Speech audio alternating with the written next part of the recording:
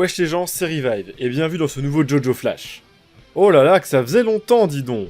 Je ne compte pas spécialement couvrir toute l'actualité autour de SBR, mais on a tout de même eu un premier trailer. Le véritable premier contact avec l'anime en tant que tel, alors ça me paraissait bienvenu de faire un petit point. J'ai malheureusement pas pu stream l'event qui plus est, alors ce serait dommage d'esquiver totalement le sujet sur cette chaîne. Un live d'annonce s'est donc comme prévu déroulé ce 23 septembre 2025.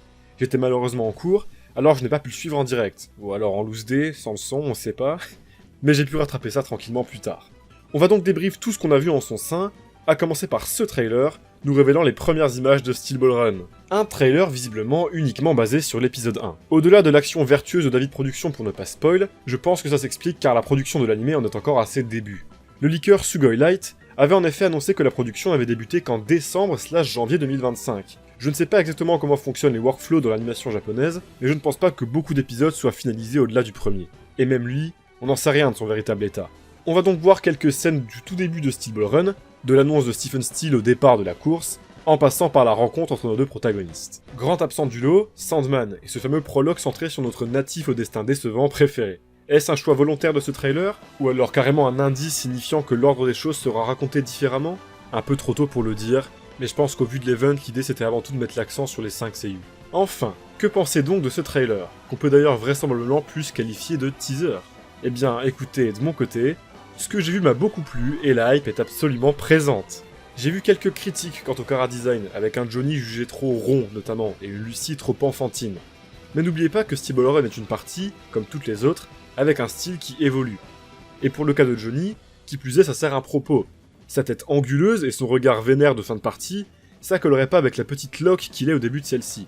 Ça ne veut pas dire que je pense que Valentine apparaîtra petit et gros au début non plus, mais je vous invite à faire des comparatifs entre le design de Jolene au début de l'anime et à la fin. Il y a une différence, essayant de coller au maximum au style d'Araki dans certaines scènes. Qui plus est, les critiques ne portent a priori que sur ce cut en particulier, personne ne s'est plaint des autres. Et en fonction de l'animateur en charge des séquences, le style est plus ou moins hétérogène. Je me fais pas de soucis là-dessus donc. Lors des scènes bien violentes et graves de Steel Ball Run, ne vous faites pas trop de soucis quant à l'apparence de Johnny ni de Jairo. C'est vrai que faire le choix, comme Stone Ocean, de suivre un peu le dessin d'Araki au long de la partie, plutôt que de choisir une DA et de s'y tenir, résulte en des DA moins marquantes que les très stylisés Stardust, Dew ou Golden Wind. Et ça aurait été sympa de voir une vraie DA marquée et différente qui ressort de l'anime de SBR. Ça je vous l'accorde. Je trouve que, en tout cas en ce qui concerne ses chara-design, car niveau découpage et mise en scène il se passe des vrais trucs, le style d'Araki évolue beaucoup moins vite depuis la fin de Golden Wind / début Stone Ocean. Et ça peut expliquer aussi un peu cette sorte d'entre-deux. C'est sûrement plus difficile. C'est vrai que c'est pas le choix qui me plaît le plus, mais j'attends d'en voir plus pour me faire un vrai avis pour le coup. On a d'ailleurs eu le droit au chara-design en mode character sheet des 3 nouveaux persos principaux révélés dans ce teaser, à savoir Diego, Lucy et Steel, et vous le voyez, ils sont assez différents de leur design dans l'anime. Et encore une fois, c'est normal, ça dépend des scènes et des animateurs. Les chara-designs de Golden Wind et de Stone Ocean étaient aussi très différents du rendu final, et il n'y a jamais eu aucun souci avec ça. Les vêtements de Diego ont d'ailleurs eux aussi eu le droit à une simplification légère, afin de faciliter le travail des animateurs, comme c'était le cas pour Johnny et Jairo. Quoi qu'il en soit, je trouve qu'ils rendent tous magnifiquement bien à l'écran. Mention spéciale à Diego, qui va définitivement faire remettre en question leur sexualité à beaucoup de monde. Quant aux couleurs, je les trouve absolument fantastiques. C'est bien coloré, pétant comme il faut, tout en n'abusant pas de ça, et en utilisant cette petite brume et ce petit filtre un peu poussiéreux qui rend très bien cette Amérique sèche de fin du 19e siècle. Le premier color shift révélé est d'ailleurs magnifique, avec ses tons orangés nous mettant directement dans l'ambiance Far West de la scène. Ce Jairo là, tendant plus vers des nuances de bleu, est d'ailleurs tout aussi réussi. Pas de soucis donc, on va bien manger à ce niveau-là comme d'habitude. Voilà pour les visuels. Maintenant on va parler un peu du point qui a défrayé les foules, je parle bien sûr de l'animation. J'ai lu tout et n'importe quoi. C'était mieux avant, c'est qu'un diapo, 3 ans d'attente pour ça. On se calme un peu. Déjà, je ne sais pas quelle image vous vous faites de Jojo, mais ça a plus ou moins toujours été comme ça. Avec des parties plus ou moins constantes et maîtrisées, certes, mais l'idée est la même.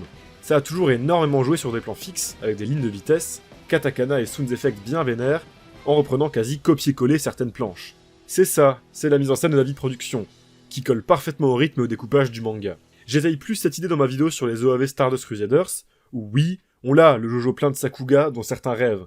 Mais force est de constater qu'au-delà du bel exercice de style, très réussi au demeurant, je trouve que l'adaptation de DP a beaucoup mieux compris son œuvre de base, son découpage et son rythme. Ces plans fixes sont entrecoupés de cuts parfois incroyablement réussis et sakugesques, avec des épisodes qui brillent particulièrement là-dessus, comme Metallica dans Golden Wind, ou encore le dernier épisode de Stone Ocean.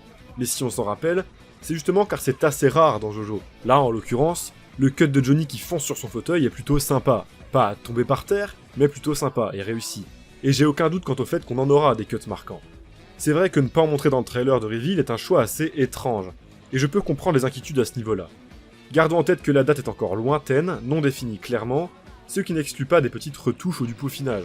Malheureusement, on ne sait pas où en est exactement le projet, alors on ne peut que supputer. Mais mon avis, c'est que dans tous les cas, j'ai rien vu de véritablement choquant dans ce teaser en vrai. La simple rotation de caméra pour une scène aussi marquante que la montée de Johnny sur le cheval m'a un peu interpellé, ouais.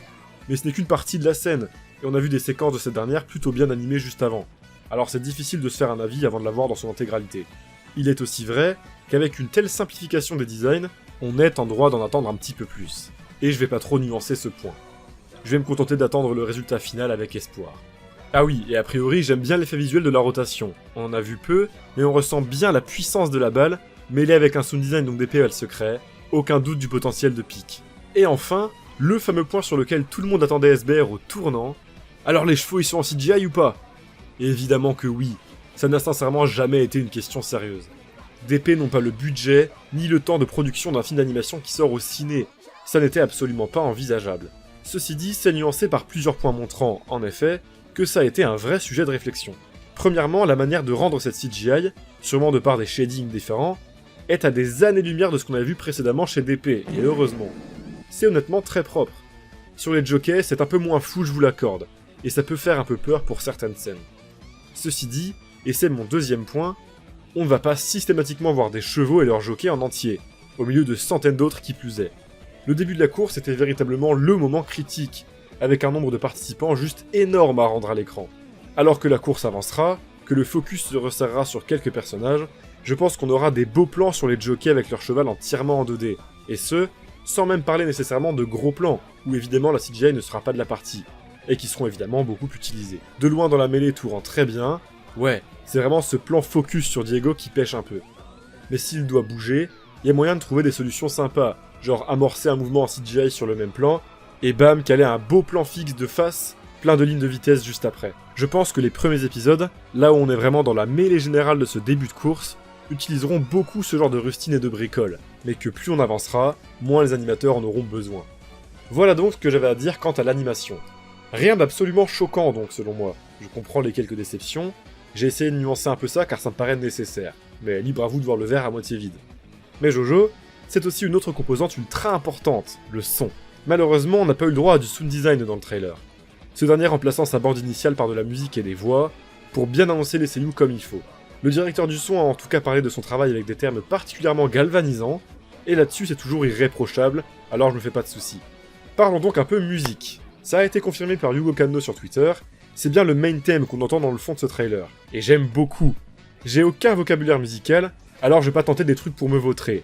Je me contenterai alors de dire qu'on ressent très bien cette Amérique de 1890, ce côté frénétique de la course, et ce côté ultra catchy, dont ça nous parlait déjà chez DP. Si je peux pester un peu, je dirais que je commence à en avoir un peu marre de ce motif consistant à chanter le nom de la partie dans les OST. Carrément, je vannais sur cette potentielle OST qui crierait « Jojo, Steel Ball, Run !» Car oui, c'est bien ce que ça a l'air d'être. Mais manifestement, le résultat est assez différent ici, avec a priori plus de paroles. Et puis, on va pas se mentir, ça claque, hein. 世界中の誰もが体験したことのない競技大会となるだろう。この物語は僕が歩き出す物語だ。 Hâte d'accéder à la version complète. On a aussi pu entendre quelques OST en fond du live, notamment celle-ci, lors des introductions de seiyuu et à la fin.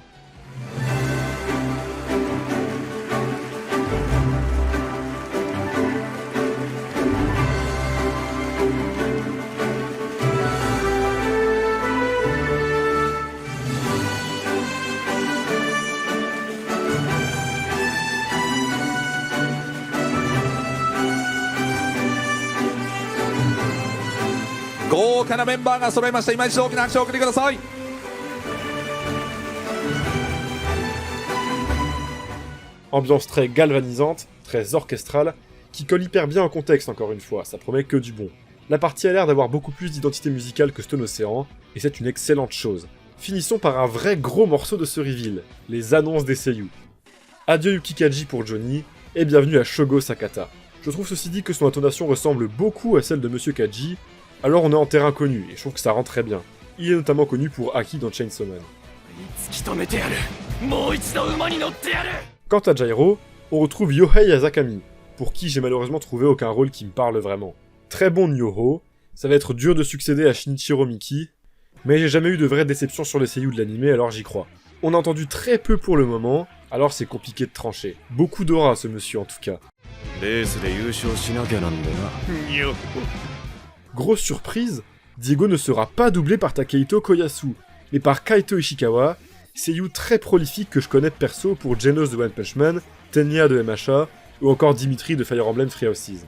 Pour le coup, j'avoue avoir été un peu déçu, mais je pardonne si Koyasu revient pour le Diego de l'autre monde. Ceci dit, je l'ai trouvé très convaincant dans le peu qu'on voit de ce trailer, et j'ai hâte de voir son interprétation. Lucy sera quant à elle doublée par Rie Takahashi, célèbre seiyuu notamment connu pour Emilia de Re:Zero, ou encore Ai Oshino de Shinoko. Elle a l'air très bien, rien à dire de particulier, et ses rôles précédents me foutent totalement en confiance. Et enfin, terrain connu pour Stephen Steele, puisqu'il sera assuré par nul autre que Kenta Miyake, deuxième participation de l'homme à JJBA, après Abdul. Ça se passe de commentaires, il est absolument parfait, et le trailer le prouve absolument. Je l'adore déjà.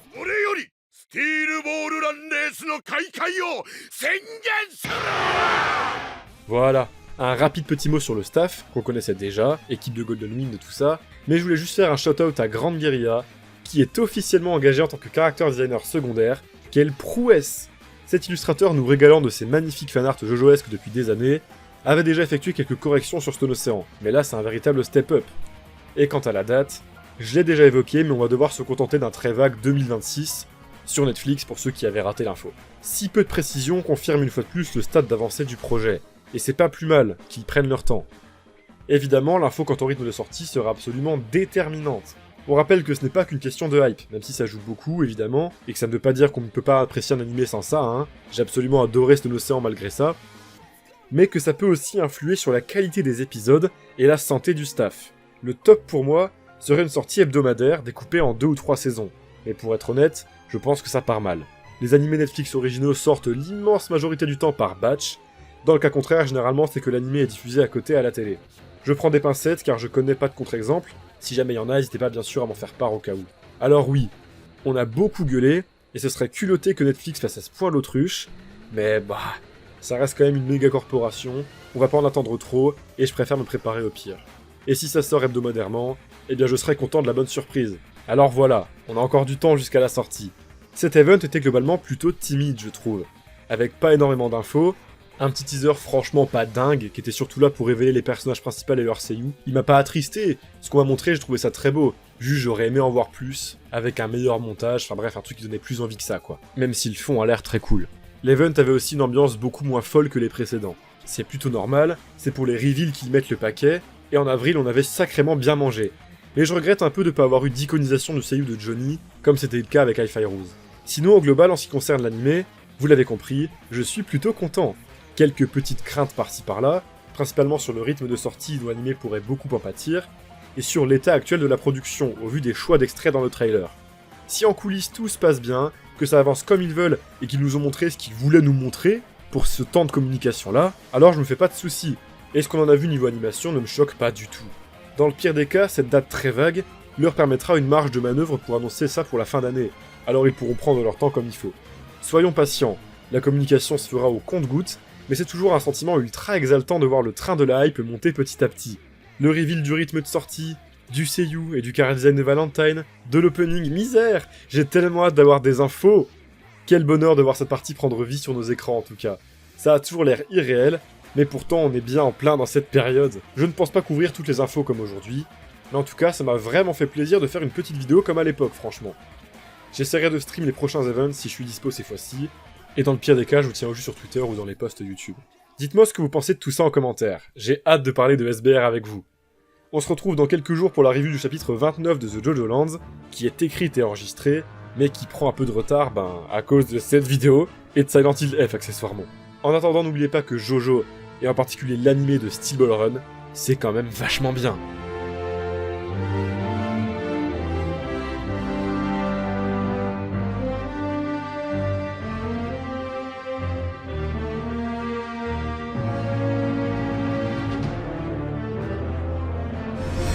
Ok. Ok.